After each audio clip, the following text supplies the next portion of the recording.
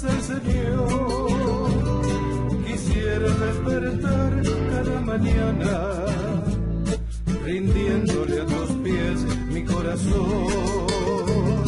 Quisiera despertar cada mañana, rindiéndole a tus pies mi corazón. Enciende para mí de madrugada un universo lleno de esplendor, y puedo ver entrar por mi ventana el brillo esplendente de su amor. Y puedo ver entrar por mi ventana el brillo esplendente de su amor. Jesús, tú eres mi amor, mi fortaleza, tú eres mi manera de vivir. Me diste con tu amor una esperanza de seguirte y al cielo poder ir. Me diste con tu amor una esperanza de seguirte y al cielo poder ir.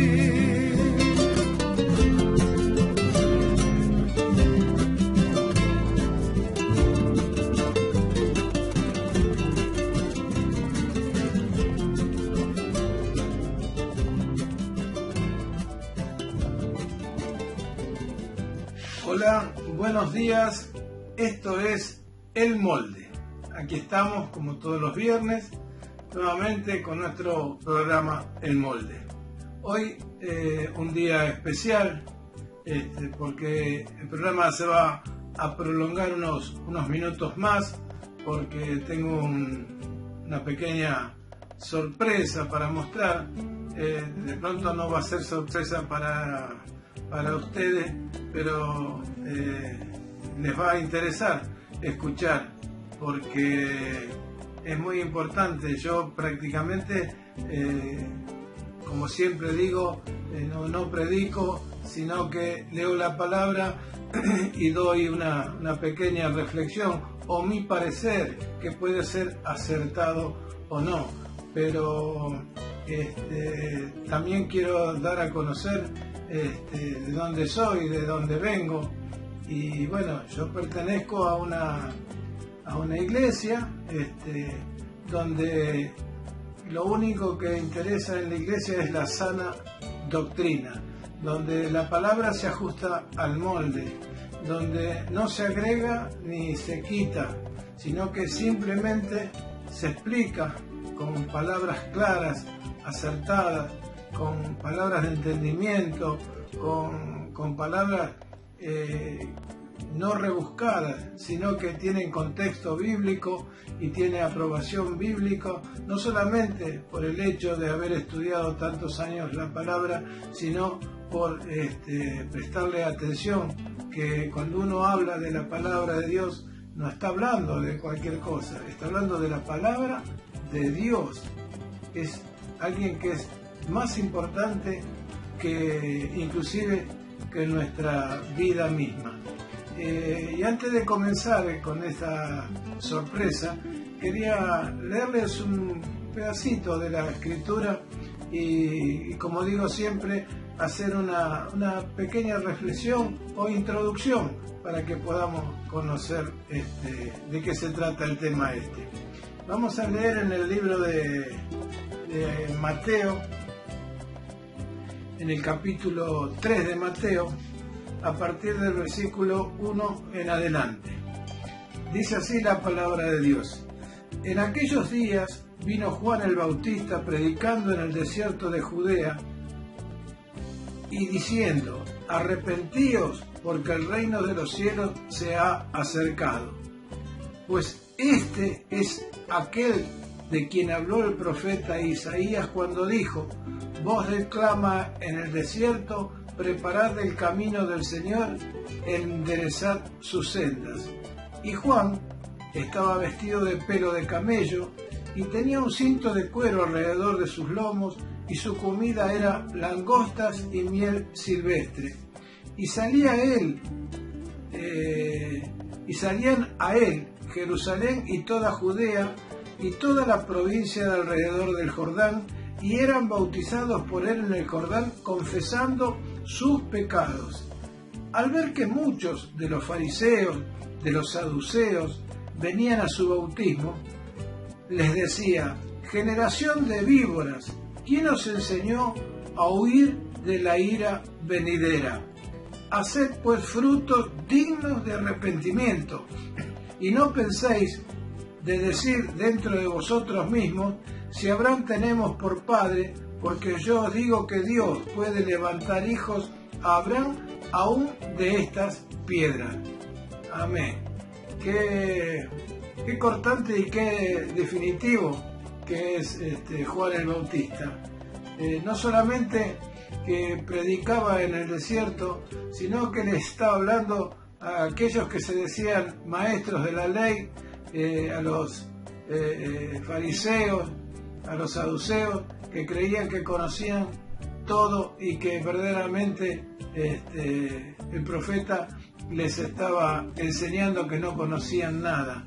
Hoy hay una moda donde han resurgido muchos que se hacen llamar profetas, en fin, sabemos, como hablamos la semana pasada, que están resurgiendo grupos que se dicen judíos cristianos, que están tratando de que el pueblo cristiano vuelva a las costumbres, a los ritos, a las cosas del judaísmo. Y yo a veces me causa gracia porque muchas de esas personas que están mirando ese tipo de situaciones, que inclusive están perteneciendo a iglesias que están haciendo ese cambio, lo veo como ya no pronuncian o no escriben Jehová o Jesús, sino que le están dando la etimología del nombre hebreo, lo ponen Yahvé sin las vocales, pero pienso que es como una moda, porque en el mismo texto donde están escribiendo, veo también que ponen bueno con B corta o ponen hoy sin H, o sea que solamente están copiando un estilo y no se han detenido a leer la palabra de Dios, ni a investigar, ni a saber de qué se trata. Hoy hay una nueva corriente, que es la corriente de la ostentación, de sabiduría, de querer saber más que nadie, y bueno, como que a esa gente que es tan inteligente le queda chica la Biblia que usamos nosotros, y van a buscar en otras, en la Torá, en otros lugares, para saber interpretar lo que otro no supo interpretar. O sea que después de haber transcrito la Biblia a miles de idiomas, de haber hecho revisiones, esas personas hoy no les damos ningún valor, no les dan ningún valor, sino que desestiman lo que ellos averiguaron y quieren cambiarlo de este tema. Eso yo le llamo que hacen una ostentación, porque inclusive aquellos que hoy se llaman profetas o tienen otros títulos que se piensan que son muy importantes, lo vemos cuando leemos acá, que fue el que fue uno de los más grandes profetas de la Biblia, cómo vivía, porque lo vemos acá, que decía que Juan estaba vestido de pelos de camello. Juan, que fue el mayor de los profetas, quien bautizó a Jesús, se vestía con pelos de camello y comía langosta y miel silvestre.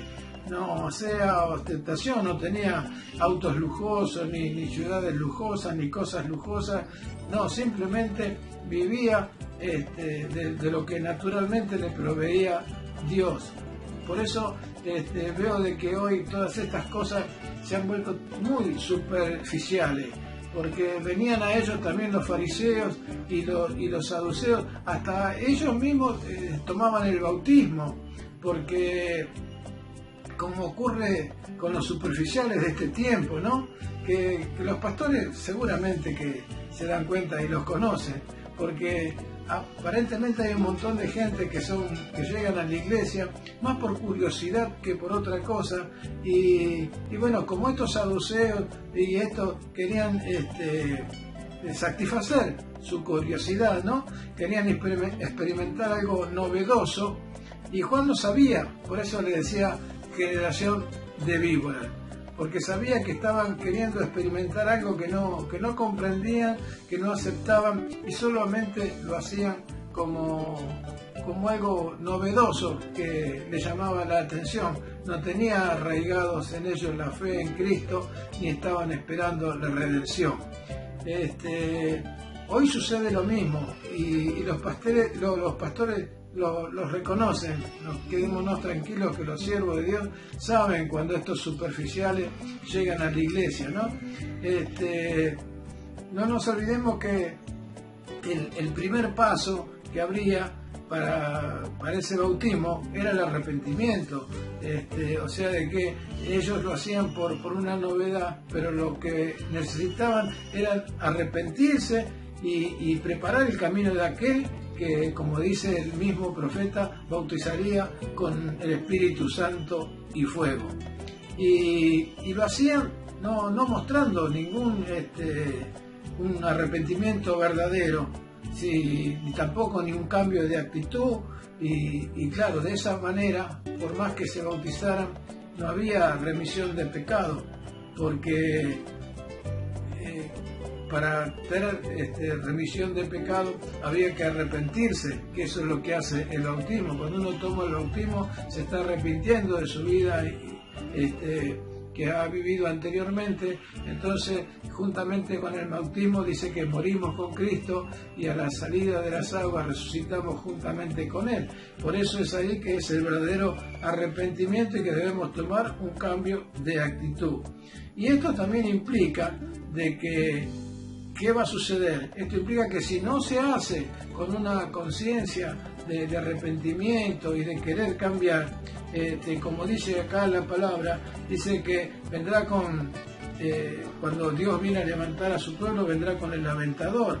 ¿Qué significa esto? Que Él va a venir a limpiar a nuestro pueblo, a separar para ir al cielo a los que son realmente cristianos. Y los que no lo son serán como la paja, dice, que arderán eternamente en el fuego que nunca se apaga.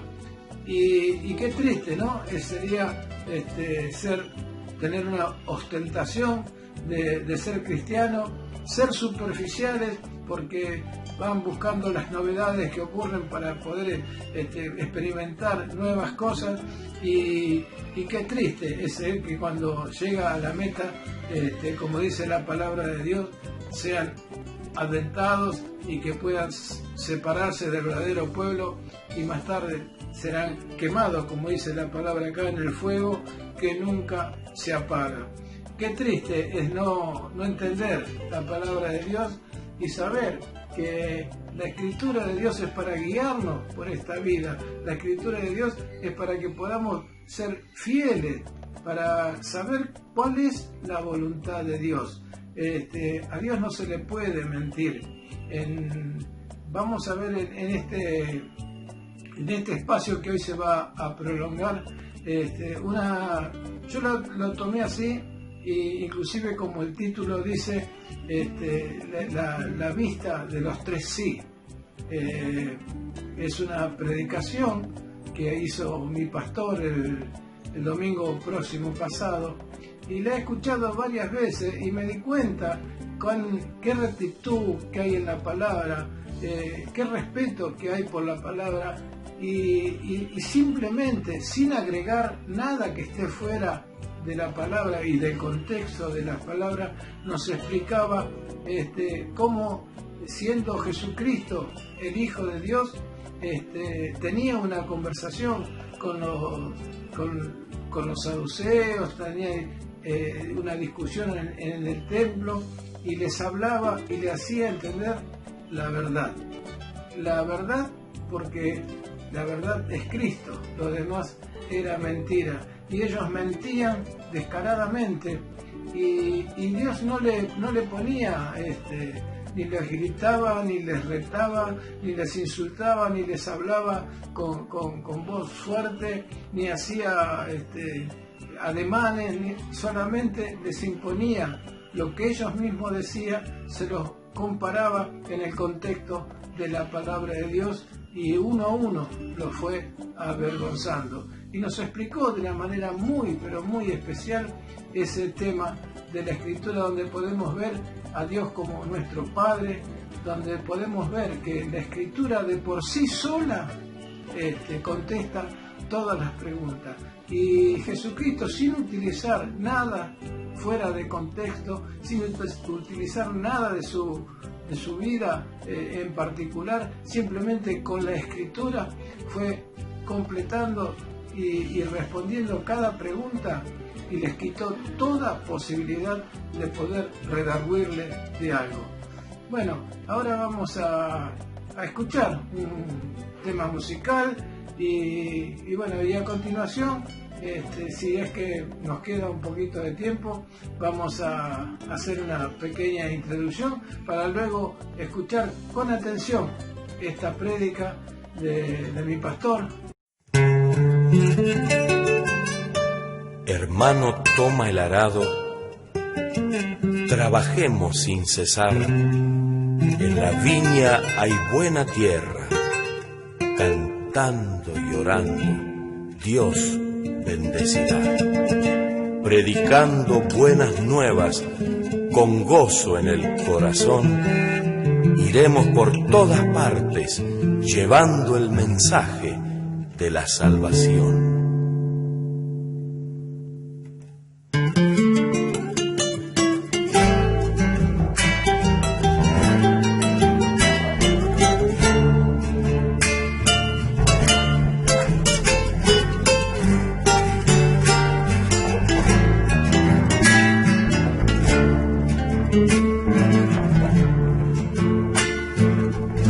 Hermano, toma el arado, trabajemos sin cesar. En la viña hay buena tierra, cantando y orando, Dios bendecirá. En la viña hay buena tierra, cantando y orando, Dios bendecirá. Predicando buenas nuevas, con gozo en el corazón, iremos por todas partes, llevando el mensaje de la salvación. Iremos por todas partes, llevando el mensaje de la salvación. El Señor viene muy pronto, Él dijo que volverá a llevar almas salvadas. Oremos, hermanos, en gloria vendrá. Llevar almas salvadas, oremos, hermanos, en gloria vendrá.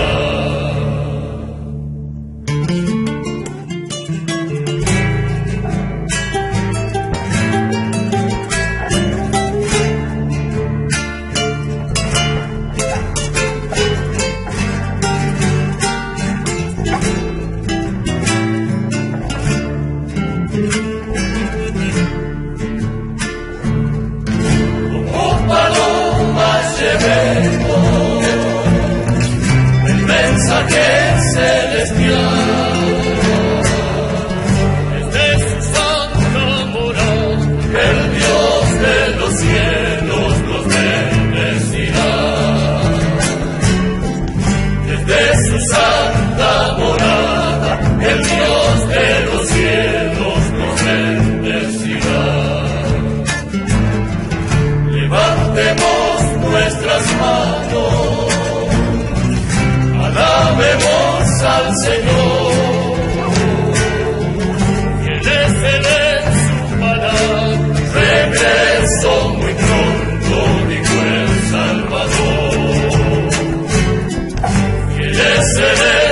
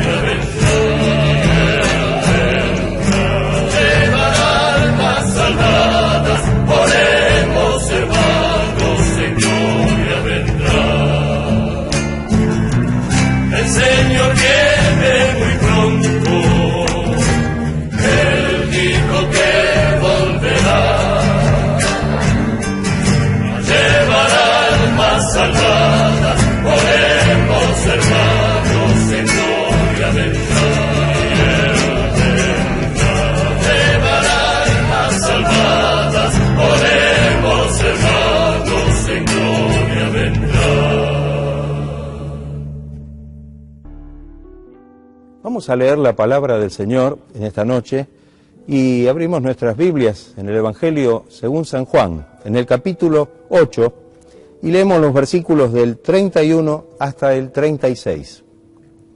Y dice así la palabra del Señor. Dijo entonces Jesús a los judíos que habían creído en él: si vosotros permaneciereis en mi palabra, seréis verdaderamente mis discípulos, y conoceréis la verdad, y la verdad os hará libres. Le respondieron: linaje de Abraham somos, y jamás hemos sido esclavos de nadie. ¿Cómo dices tú seréis libres? Jesús le respondió: de cierto os digo, que todo aquel que hace pecado, esclavo es del pecado. Y el esclavo no queda en la casa para siempre, el Hijo sí queda para siempre. Así que, si el Hijo os libertare, seréis verdaderamente libres. Qué hermoso. Jesús estaba allí rodeado de muchos judíos. Dice el texto que leímos del versículo 31, que habían creído en él. Es decir, de alguna manera se habían acercado, habían creído en el Señor, pero el Señor les está queriendo hablar y decir algo muy importante. En este pasaje tenemos tres sí condicionales: el sí del discipulado, el sí de la libertad y un poquito más adelante el sí de la paternidad. En primera instancia, dice el versículo 31, dijo entonces Jesús a los que habían creído en él: si vosotros permaneciereis en mi palabra, seréis verdaderamente mis discípulos. Quizás mirando un poco el texto, lo primero que dice es de permanecer en la palabra. Significa ser fieles a la palabra, oyendo la palabra, escudriñando la palabra, meditando la palabra del Señor, poniéndola por obra también en nuestra vida, atesorándola en nuestros corazones, obedeciéndola, anunciando y predicando esta palabra, como dice la Escritura, en todo tiempo. Esta es la doctrina del Evangelio. Esto es lo que el Señor nos dejó, la enseñanza que hemos recibido del Señor, y necesitamos realmente permanecer en esta enseñanza, en esta doctrina, en esta palabra. Hay algunos versículos que nos ayudan a poder comprender realmente la importancia de esto. En el libro de los Hechos, capítulo 2, versículos 42, donde se describe a la iglesia, a la incipiente iglesia, a la que comenzaba a formarse, dice que en el versículo 42 del capítulo 2 de los Hechos: y perseveraban en la doctrina de los apóstoles, en la comunión unos con otros, en el partimiento del pan y en las oraciones. Perseveraban en la doctrina, en la enseñanza, en lo que habían recibido, y esto es tan importante: perseverar, permanecer en la palabra del Señor. En la segunda carta que escribe Pablo a los tesalonicenses, capítulo 2, versículo 15, dice así que: hermanos, estad firmes y retened la doctrina que habéis aprendido, sea por palabra o por carta nuestra. Aquí el apóstol Pablo le escribe a una de las iglesias que habían nacido a través del trabajo misionero allí en Tesalónica, y les está dando un consejo importante: que deben estar firmes, reteniendo, permaneciendo, perseverando en la doctrina que han aprendido, es decir, en la doctrina del Evangelio, en la palabra del Evangelio, ya sea por palabra, es decir, a través de la experiencia personal, como también por carta, como en este caso que Pablo les estaba enviando esta carta a los creyentes de Tesalónica. En la segunda carta del apóstol Juan, capítulo 1, el versículo 9, dice: cualquiera que se extravía y no persevera en la doctrina de Cristo, no tiene a Dios. El que persevera en la doctrina de Cristo, ese sí, tiene al Padre y al Hijo. Qué importante entonces es el perseverar en la doctrina del Señor.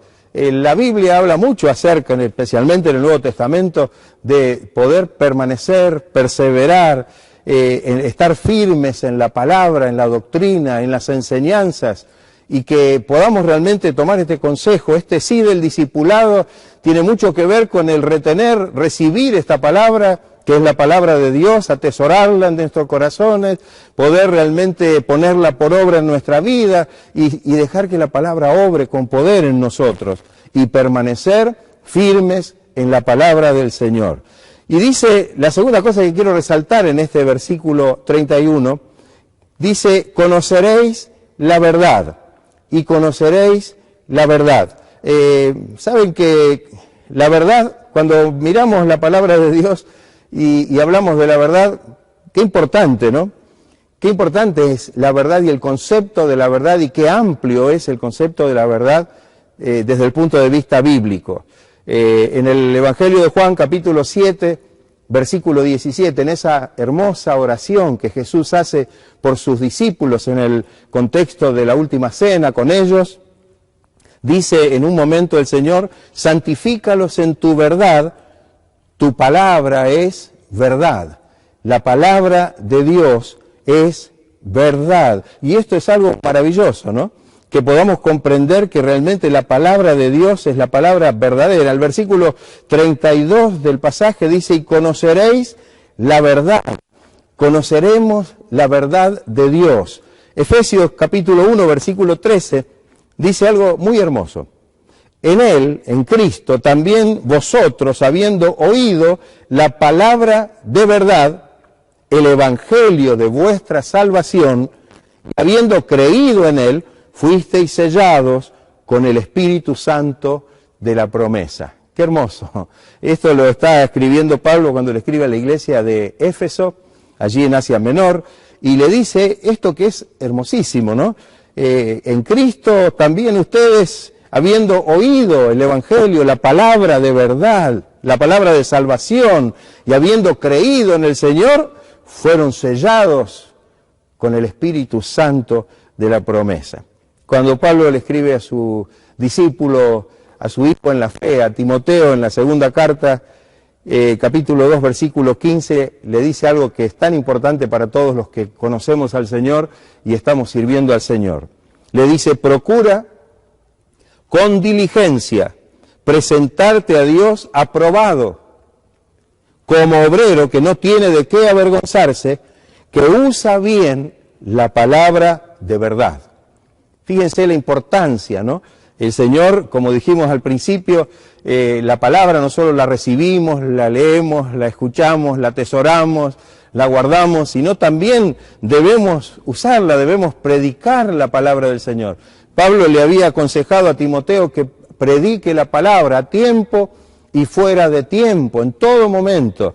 Y acá le está diciendo realmente algo tan importante, que era importante entonces que él se presentara a Dios delante de su presencia como un obrero aprobado, un obrero que no tiene de qué avergonzarse porque su vida es una vida ordenada conforme a la voluntad de Dios y que sabe usar bien la palabra de verdad. Y usar bien la palabra de verdad, yo diría que es permitir que el Espíritu Santo hable a través de nuestra vida conforme a la palabra. A veces cuando uno escucha tantas cosas que se oyen y que mencionan la palabra de Dios, de qué maneras tan feas y realmente yo diría que hasta faltando la reverencia a la palabra de Dios se menciona la palabra. Eso sería no usar bien la palabra del Señor. Pero qué bueno usar bien la palabra de verdad, saber que es palabra que puede traer vida a las almas que la reciben porque es palabra de Dios. ¡Qué maravilloso! Ahora, la palabra es palabra de verdad, pero este concepto de la verdad es muy abarcativo. Dios es el Dios de verdad.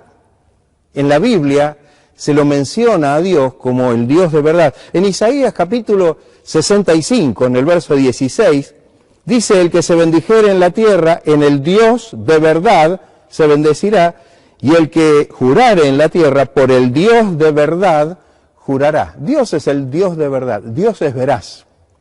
Dice la palabra de Dios que todo hombre es mentiroso y solo Dios tiene la verdad y solo Dios dice la verdad y solo Dios es la verdad.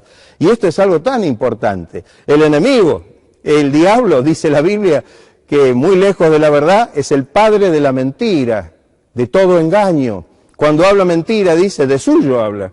Pero Dios, nuestro Dios, el único y verdadero Dios, es el Dios de verdad. Por eso es que cuando nosotros miramos la palabra de verdad y creemos en el Dios de verdad, creemos que tenemos la verdad. No que la tenemos nosotros porque somos inteligentes o capaces, sino que la verdad de Dios es la única verdad. Todas las verdades en este mundo son relativas. Todo lo que se tiene por verdad en el mundo en que vivimos realmente es relativa, pero la verdad de Dios es absoluta, la verdad de Dios es perfecta. El Salmo 31:5 dice algo maravilloso. En tu mano encomiendo mi espíritu, dice el salmista.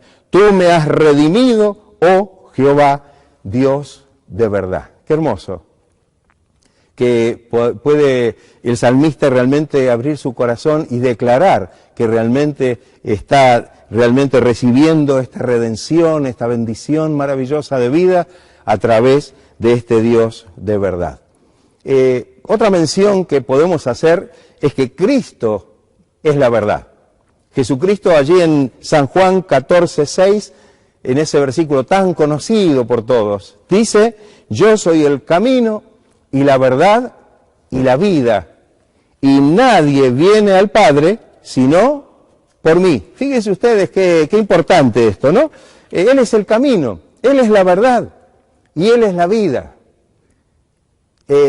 No dice que Él tiene la verdad, Él es la verdad. Él es la verdad. Siempre recuerdo cuando Jesús estuvo frente a Pilato, allí en ese juicio tan injusto, y el Señor le habló de la verdad, y Pilato pregunta al Señor, teniéndolo allí en su presencia, ¿qué es la verdad?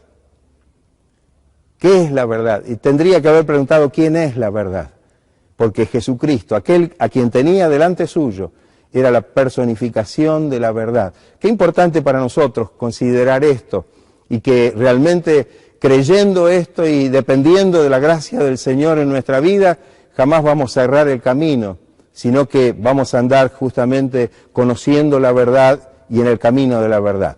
Hay un texto que es muy importante también, en Primera de Juan, capítulo 5, versículo 20, dice, pero sabemos que el Hijo de Dios ha venido, Jesucristo, y nos ha dado entendimiento para conocer al que es verdadero, y estamos en el verdadero, en su Hijo Jesucristo. Este es el verdadero Dios y la vida eterna. Qué importante, ¿no? Aquí hay una mención de que Dios es el verdadero, y también hay una mención de que Jesucristo es el verdadero Dios y que es en sí la vida eterna. Qué importante concepto que lo tenemos que tener tan arraigado en nuestro corazón.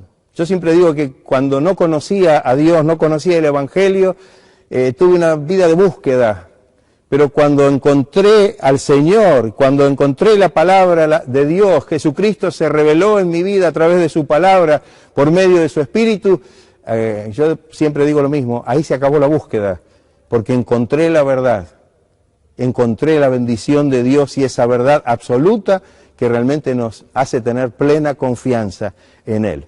Una sola cosa más, y es que el Espíritu Santo es el Espíritu de verdad. El Espíritu Santo también es el Espíritu de verdad. En el Evangelio de Juan, capítulo 14, versículo 17, dice, el Espíritu de verdad, al cual, dice Jesús, el mundo no puede recibir, porque no le ve ni le conoce, pero vosotros le conocéis porque mora con vosotros y estará en vosotros. Esto lo dijo Jesús antes de llegar a la humada, a la pasión, y les está diciendo que los está preparando, que Él se iba a ir, iba a ascender al cielo, pero no los iba a dejar solos, les iba a enviar al Espíritu Santo, el Espíritu Consolador, y lo llama Jesús el Espíritu de verdad, porque Él los estará guiando a toda verdad. Qué maravilloso es esto. En Juan 15, 26 dice, pero cuando venga el Consolador, a quien yo os enviaré del Padre, dijo Jesús, el Espíritu de verdad, el cual procede del Padre, Él dará testimonio acerca de mí, porque Él es la verdad también. Creo que todo esto cierra de una manera perfecta como para que veamos que realmente las cosas de Dios no son intrincadas, místicas, difíciles, complejas. Qué importante saber que podemos con toda confianza creer en el Señor, porque Él es el Dios de verdad. Dios es Dios de verdad, Jesucristo es la verdad, el Espíritu Santo es el Espíritu de verdad, que puede realmente guiarnos por el camino de la bendición y de la verdad. La última cosa dice, seréis libres, seréis libres. Bien dice el versículo 32, y conoceréis la verdad, y la verdad os hará libres. Es decir, que la verdad, el conocer la verdad, nos dará una plena libertad, tema que nos vamos a ocupar enseguida en el texto. Por eso en el versículo 36 de este mismo pasaje, dice la palabra, dijo Jesús, así que si el Hijo os libertare, seréis verdaderamente libres. El permanecer en la verdad nos revela, el permanecer en la palabra nos revela la verdad de Dios, que en definitiva nos hace libres. Esto es algo maravilloso, esto es un proceso de bendición en nuestra vida. Los judíos que escuchaban a Jesús le dijeron, cuando ellos escucharon lo que Jesús dijo, ellos dijeron, linaje de Abraham somos y jamás hemos sido esclavos de nadie, porque Jesús les había dicho que realmente iban a conocer la verdad y la verdad los iba a hacer libres. Y le dijeron, no, linaje de Abraham somos, nunca, jamás hemos sido esclavos de nadie. ¿Cómo dices tú, seréis libres? Entonces Jesús les responde. Jesús responde a esa, a esa pregunta que siguen haciendo ellos. Y el Señor les dice, de cierto os digo, que todo aquel que hace pecado es esclavo del pecado. Todo aquel que peca se esclaviza al pecado, no hay otra solución. Ellos no pensaban en el pecado. Cuando ellos escucharon la palabra libertad, y conoceréis la verdad y la verdad os hará libres, no pensaron en el tema del pecado. Pensaron en que Jesús a lo mejor estaba diciéndoles que ellos habían sido esclavizados en algún momento, y le respondieron algo que no fue verdad. Porque ellos dijeron, nunca hemos sido esclavos de nadie, pero en realidad sí, yo creo, no creo que se hayan olvidado de que sus antepasados realmente fueron esclavizados y estuvieron bajo la dominación de los egipcios durante muchos años, 400 años. Y después de muchos siglos, ya ellos estando en posesión de la tierra, fueron llevados cautivos a Babilonia, donde estuvieron 70 años cautivos. Es solamente como para que entendamos que esa defensa no tenía razón. Pero el Señor no se estaba refiriendo a esto. El Señor estaba hablando en el sentido espiritual. El que hace pecado, esclavo es del pecado. El segundo sí que encontramos es el del versículo 36 justamente, que dice, así que si el Hijo os libertare, seréis verdaderamente libres. Es decir, que hay una verdadera libertad. Fíjense que la gente habla mucho de libertad, habla mucho de libertad, pero la verdadera libertad es la que Dios nos puede dar, porque no es la libertad que nos permite ver, andar, decidir, comer, movernos, no. La libertad a la cual se refiere el Señor como verdadera libertad es la libertad del pecado, que nadie nos puede dar esa libertad. Esa libertad es la que proviene solo del Señor. Y podemos decir tres cosas en relación con esto, que son muy interesantes. La primera es que somos libres del pecado. Por medio de la muerte redentora de Cristo, hemos sido perdonados y libres de toda condenación. En la carta a los Colosenses, un pasaje que describe muy bien esto, dice en los versículos 13 y 14, y a vosotros os dio vida juntamente con Él, con Cristo, perdonándoos todos los pecados, anulando el acta de los decretos que había contra nosotros, que nos era contraria, quitándola de en medio y clavándola en la cruz. Mire de qué manera el Señor nos libra del pecado. Qué importante esto, ¿no? Al ser perdonados, el Señor limpia nuestros corazones. Dice que el acta de los decretos que nos era contraria, el Señor la quitó del medio y la clavó en la cruz. ¿Qué habría en ese acta? Es muy fácil tener a la luz del versículo que allí lo que estaba escrito eran los pecados cometidos por la persona. Y este acta que nos era contraria, que era donde figuraban nuestras faltas, nuestros pecados, y que por los cuales íbamos a recibir una condenación, el Señor la quita del medio y dice, la clava en la cruz. Acá hay una mención que no quiero pasar por alto, y es el hecho de que, si bien esto parece que fuera una metáfora, pero piensen ustedes que ese acta que lleva los pecados de todas las personas, de la humanidad, y es clavada en la cruz, está personificada en Jesucristo. Porque dice la Biblia que Él se hizo pecado por nosotros al recibir sobre sí el pecado de toda la humanidad y poder morir allí en la cruz para darnos a nosotros justamente el perdón y la libertad del pecado. Qué maravilloso es esto, que podamos ver esta bendición tan maravillosa de esta libertad que solo Dios nos puede dar. Nadie puede perdonar pecados. Solo Dios puede realmente liberarnos y Él está dispuesto a hacerlo si venimos a Él y entregamos nuestra vida al Señor. La segunda cosa que podemos mencionar en relación a esto es que somos libres de la esclavitud al pecado.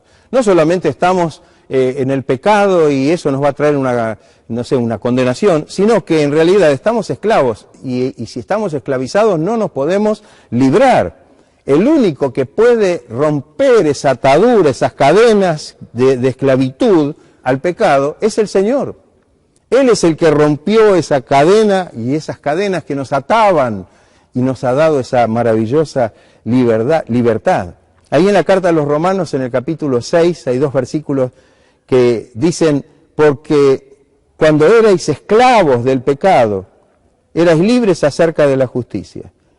Mas ahora que habéis sido libertados del pecado y hechos siervos de Dios, tenéis por vuestro fruto la santificación y como fin, como finalidad, como fruto, como resultado, la vida eterna. Es decir, no solamente fuimos libres del pecado, sino de la esclavitud al pecado.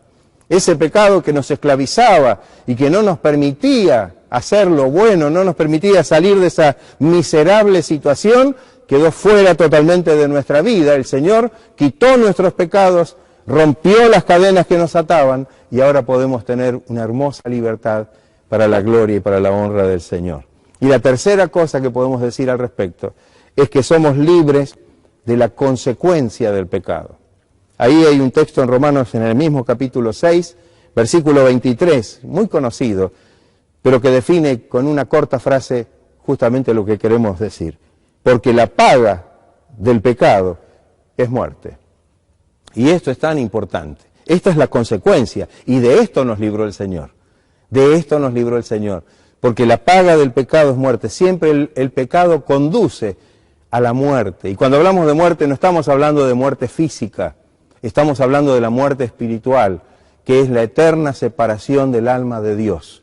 Y esto es algo que también es tan importante poder reconocer, que podamos ver la gracia de Dios obrando en nuestra vida, que nos haya librado del pecado, de la esclavitud y ahora somos libres para poder realmente hacer la voluntad de Dios. No hay nada que nos esclaviza a hacer las cosas que Dios no aprueba, sino que tenemos la libertad para gozarnos en la presencia y deleitarnos en la presencia del Señor y en su palabra.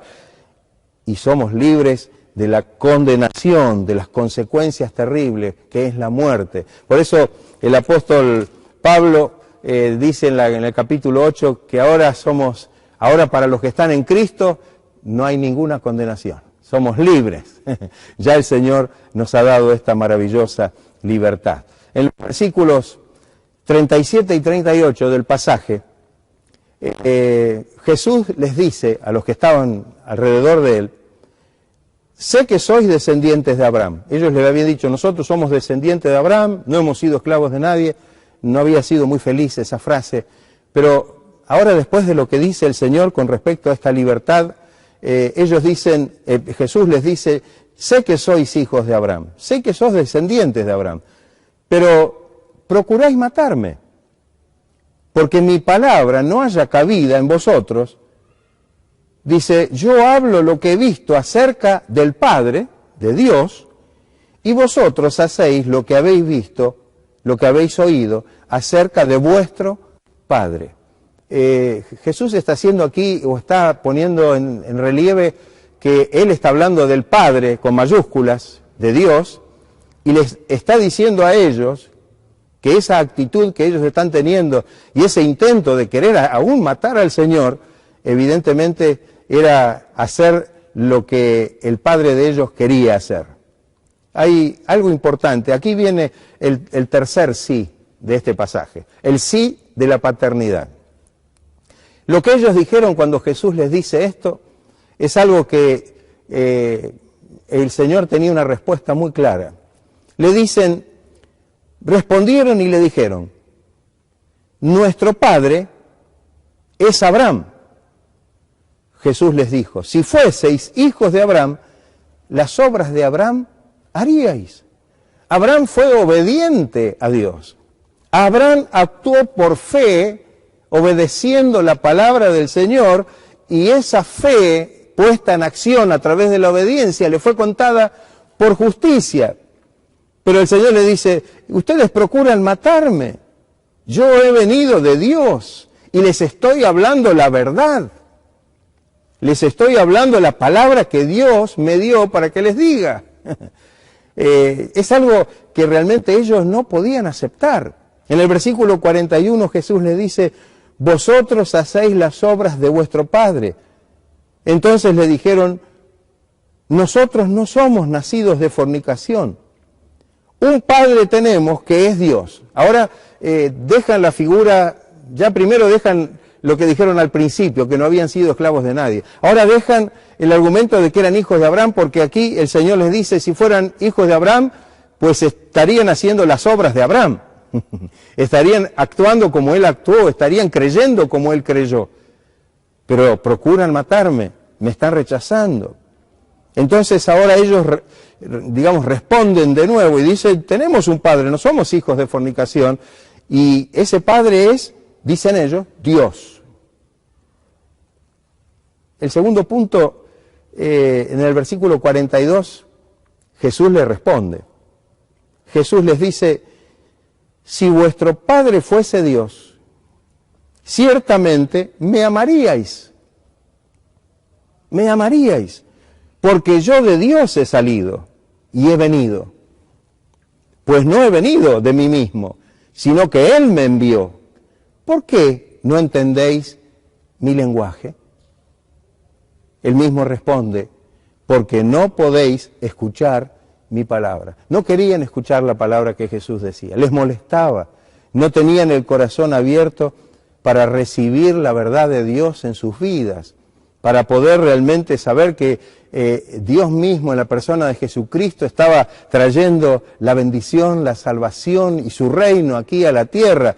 Era algo que ellos no podían creer. La última cosa es muy triste, porque podemos decir que no eran en realidad entonces ni hijos de Abraham, ni hijos de Dios.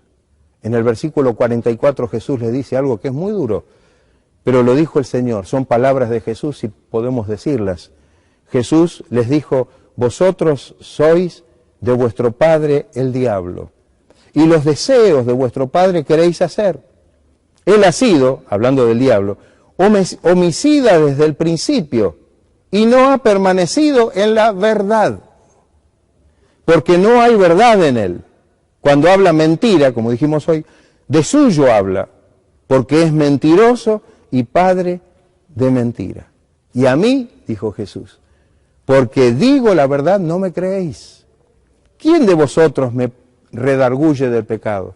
¿Quién de ellos podría señalar a Jesús como un pecador, como alguien que estaba desoyendo la voz de la palabra de Dios? Porque Jesús no vino a infringir la ley, sino a cumplirla, dice la palabra. Él había vivido una vida perfecta y su testimonio era perfecto.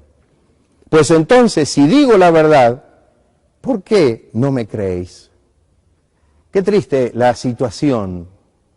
Pero esto no queda solamente en aquella experiencia. Esto también se produce hoy.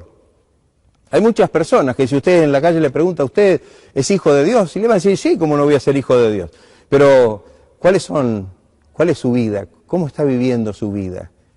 Si somos hijos de Dios, Como le dijo el Señor a ellos, tendrían que amar al Señor, tendrían que vivir conforme a la voluntad de Dios. Como dice la palabra, si somos del Señor tenemos que andar como Él anduvo, es decir, tenemos que vivir como Él vivió. Tenemos que aceptar la palabra de verdad en nuestra vida y como dijimos hoy también, podemos escucharla, retenerla, atesorarla en nuestro corazón, ponerla por obra en nuestra vida, en nuestra forma de vivir, en nuestras acciones. Y tenemos que anunciarla y tenemos que decirle a otros que hemos encontrado esta verdad maravillosa. Qué lejos la gente está de Dios, sin embargo hay tantas personas que creen que son hijos de Dios. No quiero terminar este mensaje como si fuera negativo. Esto es para que realmente todos aquellos que a lo mejor piensan que tienen a Dios como Padre, pero no conocen al Señor, el Señor está dispuesto a que nos acerquemos a Él. El último versículo de este pasaje dice, el que es de Dios, las palabras de Dios oye. Por esto no las oís vosotros, porque no sois de Dios. Entonces, esto es algo importante. Si alguien dice que es de Dios, tiene que oír las palabras de Dios. Si alguien dice que es hijo de Dios, tiene que recibir y aceptar la palabra del Señor y el testimonio de la palabra que nos señala al que es el verdadero, al que es la verdad, al que es el camino que nos conduce a la salvación. Quizá en este momento el sentir de este mensaje está orientado para que todos aquellos que sin el conocimiento de Dios, sin saber realmente cuál es la provisión de Dios para nosotros, solamente por herencia tener una religión, podemos pensar que somos hijos de Dios. El apóstol Juan, en la primera carta, en el capítulo 3, versículo 1, dice, amados, ahora somos hijos de Dios. Ahora somos hijos de Dios. ¿Qué quiere decir ese ahora que dice Juan? Ese ahora quiere decir ahora que estamos en el Señor. El que tiene a Cristo tiene la vida. El que no tiene a Cristo no tiene la vida.